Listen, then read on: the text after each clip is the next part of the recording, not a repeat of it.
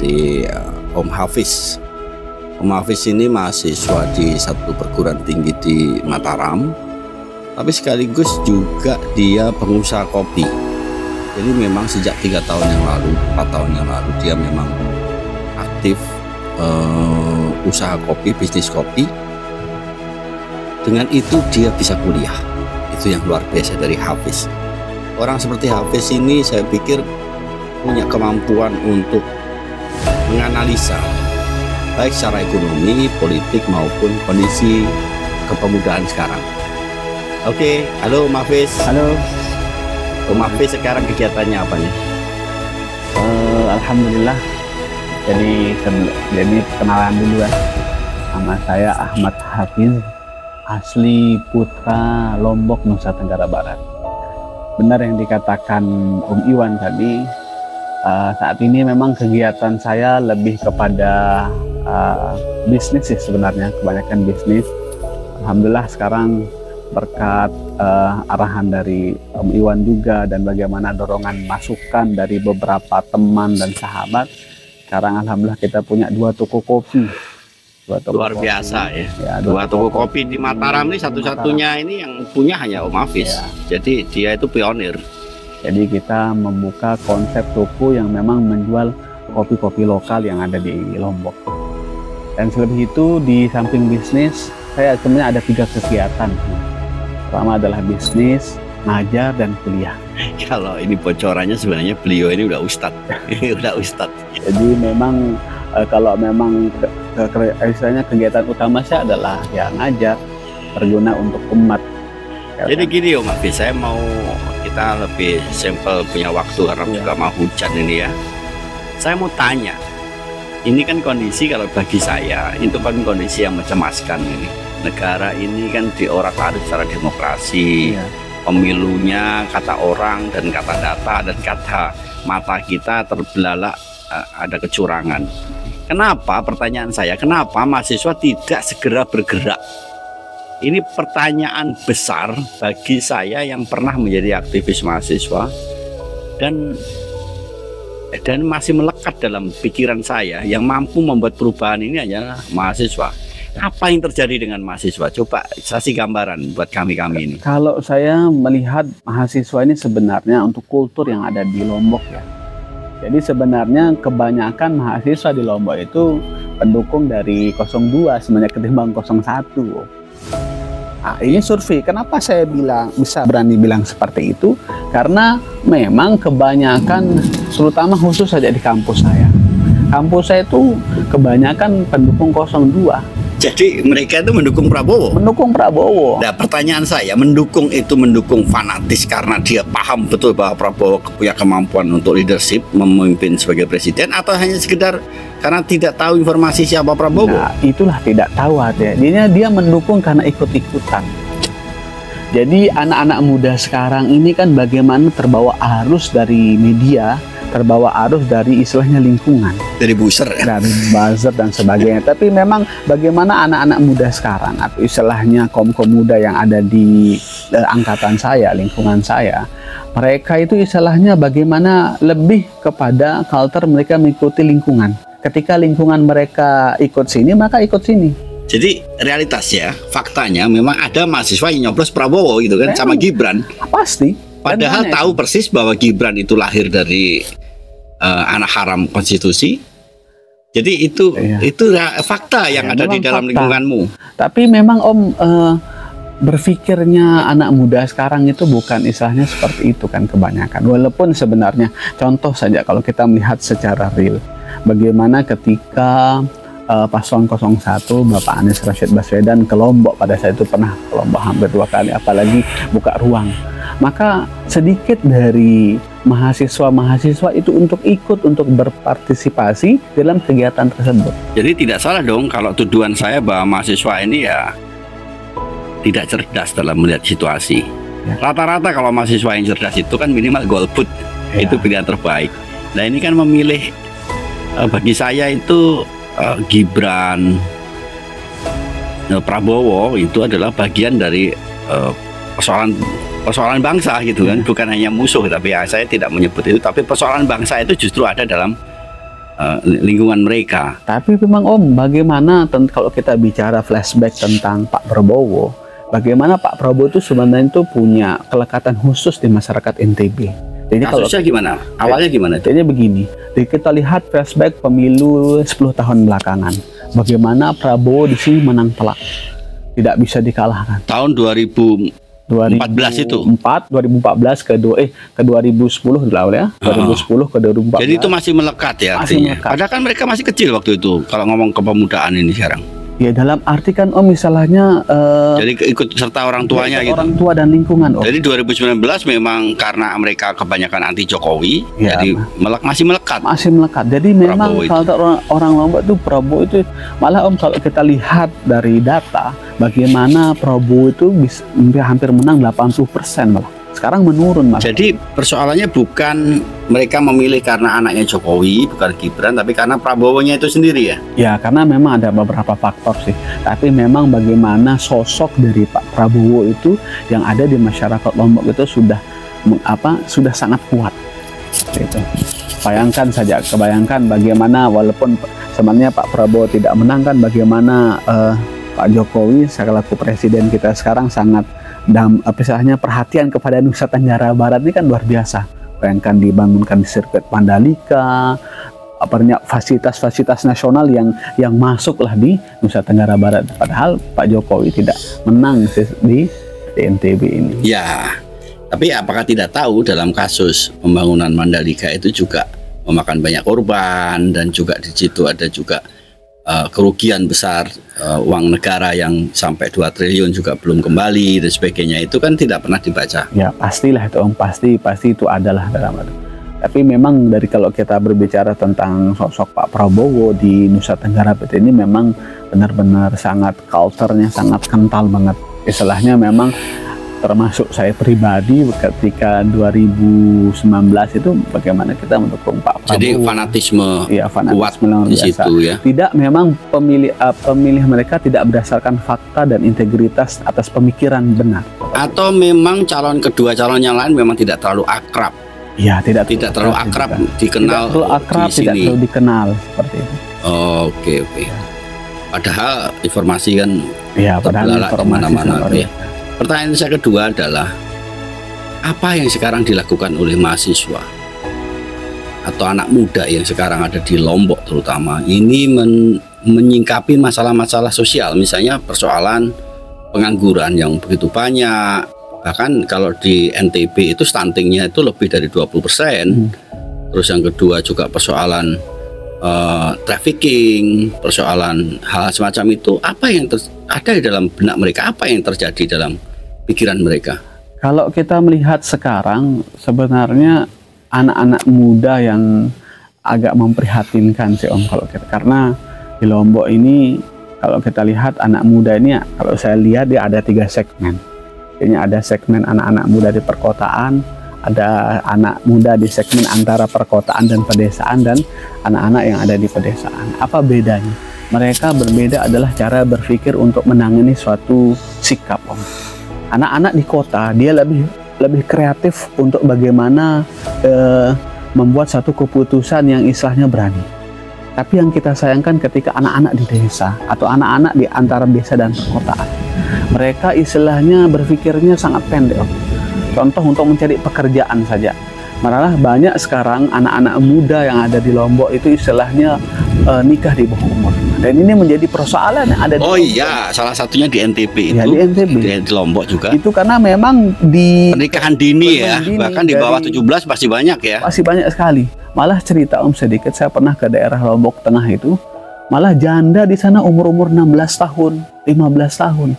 Kita temukan fakta di lapangan itu Om. Bagaimana kita menemukan kok bisa nikah seperti itu? Karena memang itu respon dengan tradisi dan adat yang ada di sana. Tapi lebih kalau kita bicara secara keseluruhan Om, seperti itu.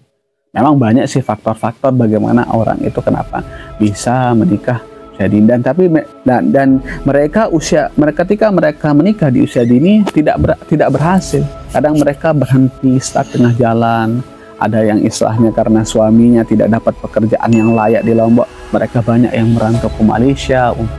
Kan termasuk Lombok ini termasuk penyumbang devisa terbesar untuk PMI, pengertian migran Indonesia, sangat besar. Seperti itu. Kalau kita Pertanyaan berikutnya adalah Mas Hafiz, ini kan kuliah itu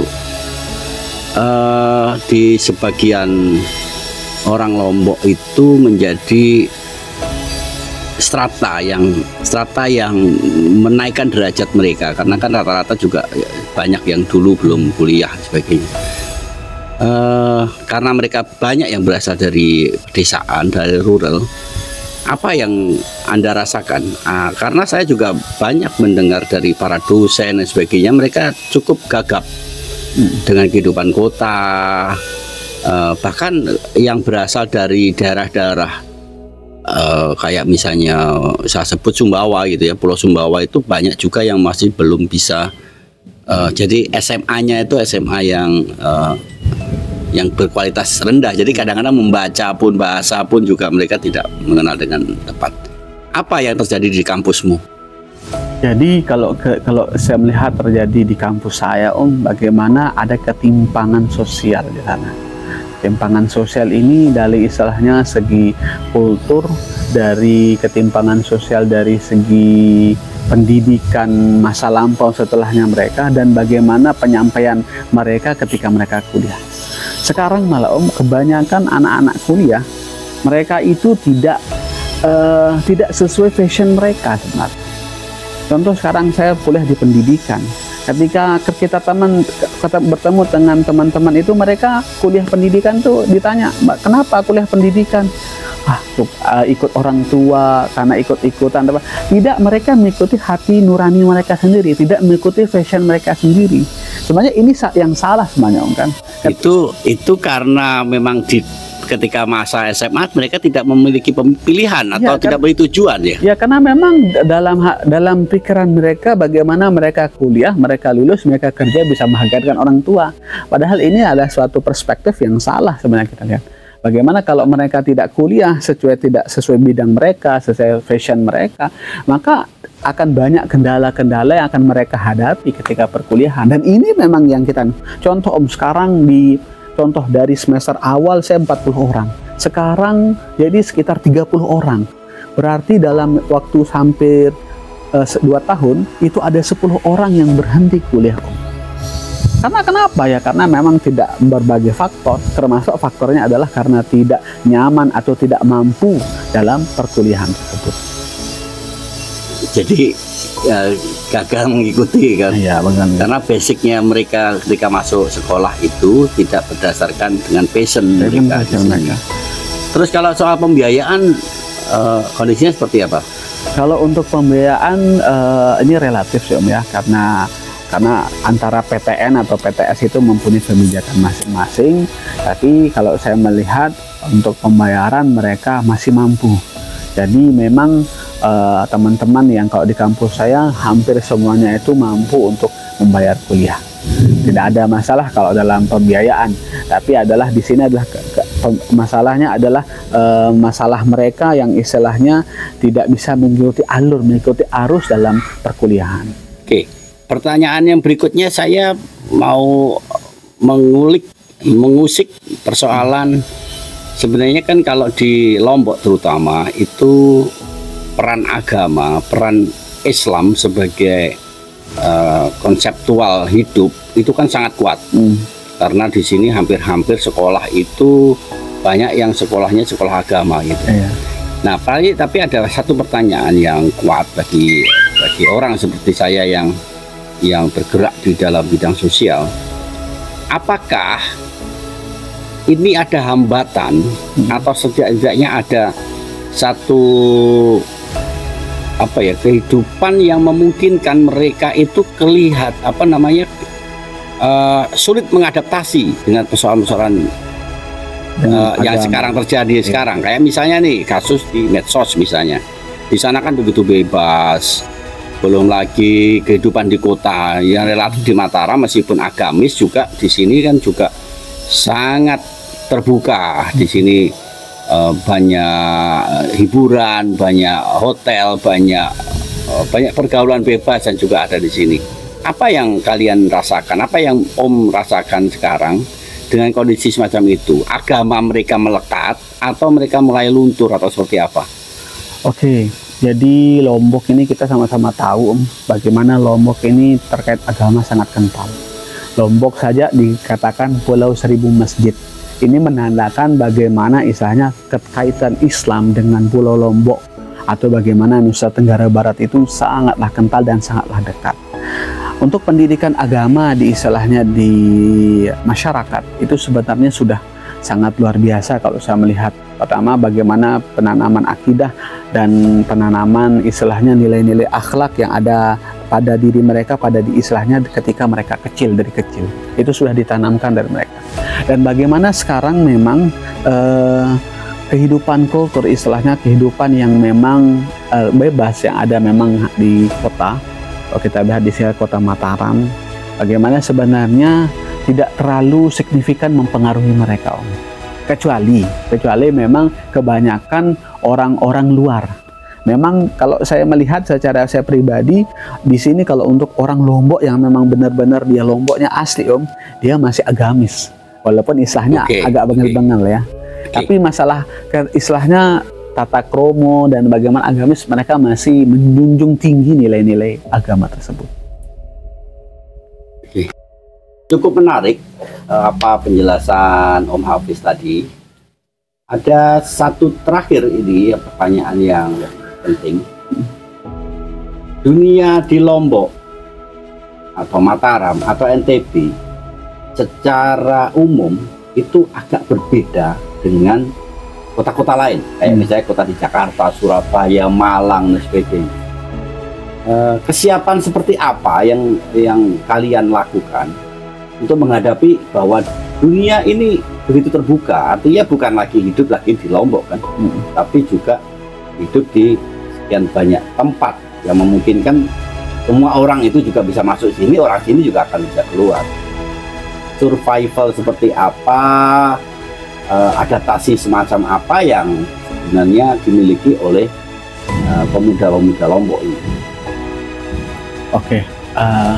Karena realitasnya pengangguran di sini juga besar kan? Ya tidak hanya di Lombok tapi di Indonesia ya mungkin ya. Jadi sebenarnya kalau kita ingin melihat secara luas sebenarnya masyarakat NTB, masyarakat Lombok, Sumbawa, Bima ini sebenarnya masyarakat yang perlu diperhitungkan Indonesia dan dunia. Mengapa? Karena memang banyak potensi-potensi sebenarnya yang luar biasa. Banyak sekali. Sebenarnya anak-anak Lombok, anak-anak Sumbawa, anak-anak Bima itu kalau saya melihat mereka itu istilahnya cerdas dan cemerlang. Kalau kita melihat bagaimana Bima, di sana istilahnya mereka mempunyai suara yang bagus kan, rata-rata pemuda-pemuda di sana mengikuti MTQ, malah menang ada MTQ istilahnya internasional. Kalau kita lihat anak-anak Lombok yang istilahnya sudah banyak yang memenangkan kejuaraan dunia seperti Olimpiade ataupun perlombaan-perlombaan. Tapi sebenarnya di sini adalah peran pemerintah. Peran pemerintah adalah bagaimana memaksimalkan potensi-potensi anak muda. Ini yang memang belum terrealisasi, Sebenarnya anak muda istilahnya sudah ada, tapi bagaimana di sini peran pemerintah memaksimalkan? Ya, kalau sekarang namanya di NTB ini ada sistem kesinggahan kultur, Jadi memang ada yang pangkatnya seperti kan ada lalu apa yang ini memang masih ada kesinggahan sosial ya, sebagian lah seperti itu. Ini sebenarnya yang harus ditampilkan oleh pemerintah. Pemerintah di sini harus turun melihat bakat-bakat anak muda di NTB.